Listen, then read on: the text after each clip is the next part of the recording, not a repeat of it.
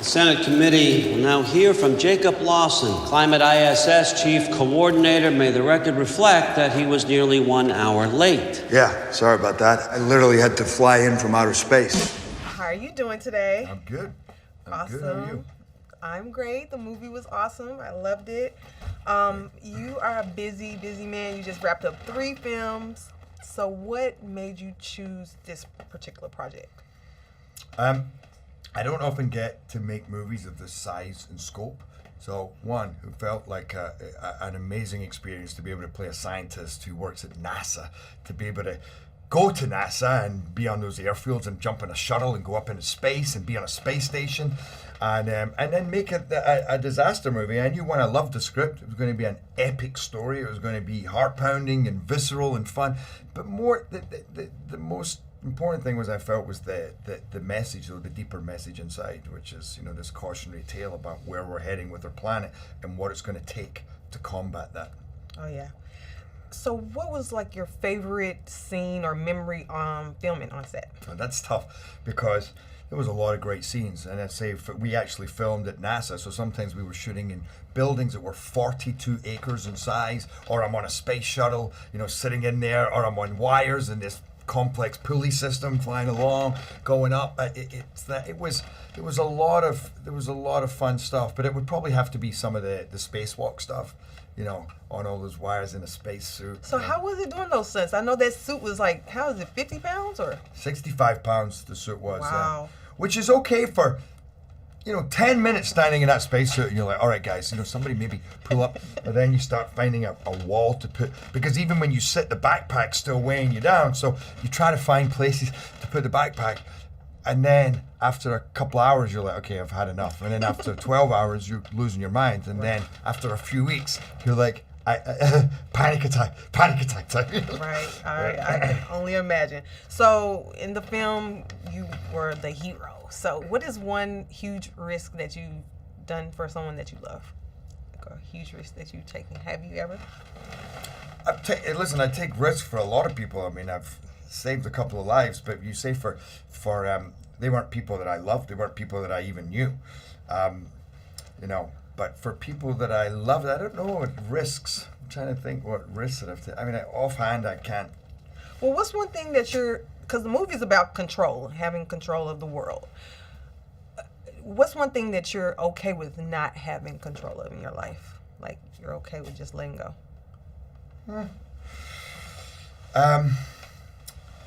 God, I don't know. I don't think there are many things I want to let go. I think for me, I want to be in control of my life. I just don't want to be too married to how it plays out.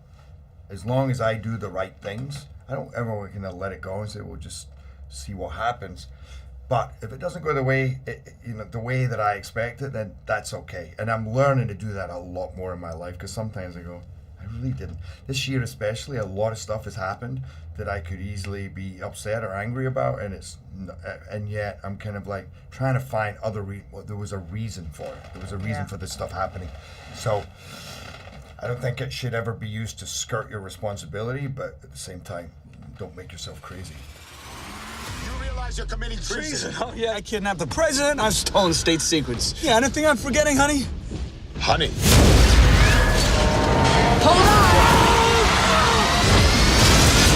Marry her. What is one thing that you're perfectly okay with not being in control of in your life? I mean, life in general, I'm pretty out of control, you know. Yeah, there's not a lot of control in my life, I don't think. Yeah, it's kind of nice when you're an actor. You don't have much control of what's going to happen to you next. You know, you're a phone call away from a totally different adventure, sent to a completely different part of the world to hang out with a whole new set of people. So there's not a huge amount of control in my life. No, it's true. I was just thinking we kind of have to learn that pretty early on as actors, don't we? You're to thrown let go. into, yeah. Really? Okay. Yeah. Well, that's pretty awesome, because I also noticed another theme in the movie. Women were saving the day. This lady right here saved your butt. So who are some like powerful women in your life that may have been there for you in crunch time or just helped you out in your life? Yeah, I would definitely say my mother and also my best friend, without doubt. Like that'd probably be, you know, the two women who've been the most influential and strong, and just like, you know, that's who I would call when I wanted to call another lady. Yeah. What about you? Yeah, I mean, in all honesty, I feel like most of the women I meet are kind of very powerful, brilliant women. You know, most of the actresses that you work with, certainly girlfriends, and my girlfriend is a brilliant, powerful, strong woman. My mother is a very brilliant, strong woman. So I'm surrounded by women just telling me what to do. Basically. So is your girlfriend, has she ever been a co-star? Because you guys were together in the movie, but it was like taboo because of your work situation. Do you believe in like office romance? Is that okay? I think any romance or love is A-okay.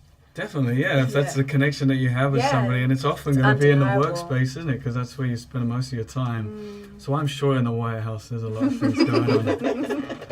Yeah. So you gave her a choice to choose you or the president to save. So which would you choose, your love or career? Because I know you love your career, right?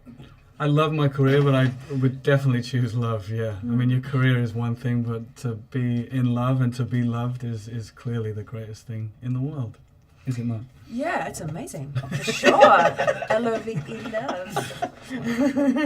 So do you guys think science is doing more harm than good, or? I don't think so, because science really delves into what's going on, the facts, the figures, and is also, you know, constantly in evolution. It's experimental, and, you know, I've loved science since I was a kid in school. It's always fascinated me. Without it, I don't know what we'd be doing. You know, how do we make sense of the things that we don't understand or don't know? And most of the time, that is through science. And the most exciting time you had on set, or your favorite memory on set? I mean, we had a good time making the film. We were shooting it in New Orleans, and it was genuinely a cast that all got along, and we had a really fun time. I mean, yeah, the one scene that stands out in the movie is when me and Abbie and Andy Garcia were all stuck in that taxi together, pretending to be chased by a giant electrical light storm. It's not something you do in a movie very often. You know? It's probably the only time we'll do it. So yeah, we'll That's never it, do right? it again. Yeah, so yeah, it was kind of one of those things. But it was also one of those things, you read it on the page and you think, wow, that's going to be so, the kid in you, you know what I mean? It's like wicked, you know, that's going to be so cool, doing a giant chase scene. And then the logistics of filming it are never quite what you think they're going to be. You know? I think we were over that scene after we we spent did a it few for 2 days, on it. stuck in I that did car. another 2 days too on top of that with the car. I was like, okay, moving along. But it's the scene that sticks out. Oh in yeah, my mind. it is. I was People like, love that. Yeah, I love that one too. Yeah.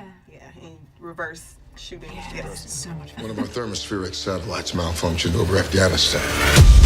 So your proposal is what? We shut down all satellites. I don't need to remind all of you how many people died from catastrophic climate conditions. Make sure there's no further incidents. Are you going back up to space? But I'm coming back. I promise. Great dress. How you doing today? Good. Great having this moment with you today. The movie was amazing. Oh, thank you. And I read your daughter, actually, she was the inspiration for the plot. Yeah, my eldest daughter was 6 years old at the time, and she was just starting to learn about climate change. And she, in that way that only a kid can do, she said, well, Dad, why can't we just build a machine that fixes this? And I started to try and explain about the science of geoengineering and the moral dilemma about using it and the unintended consequences. But then I realized the best way to explain it is a bedtime story. And that's really what Geostorm is. It's a fable. It's what could happen if we wait too long to deal with this. Do you think a machine like that would help save the world? I hope it doesn't get to that. You know, I hope that we wake up and say, we have to do things right now. We can't wait for the world to be falling apart and then hope that our technology saves us. You know, real people are really suffering right now. I mean, it is a tragedy for a lot of people on our planet dealing with extreme weather conditions. And look, the last thing in the world I would want is for anyone to think that this movie is at all making light of that situation. I mean, this is a popcorn movie. It's a fun action-adventure film. That said, I think the underlying message of the movie has never been more relevant. Correct. A lot of the women in this film, they were saving the day.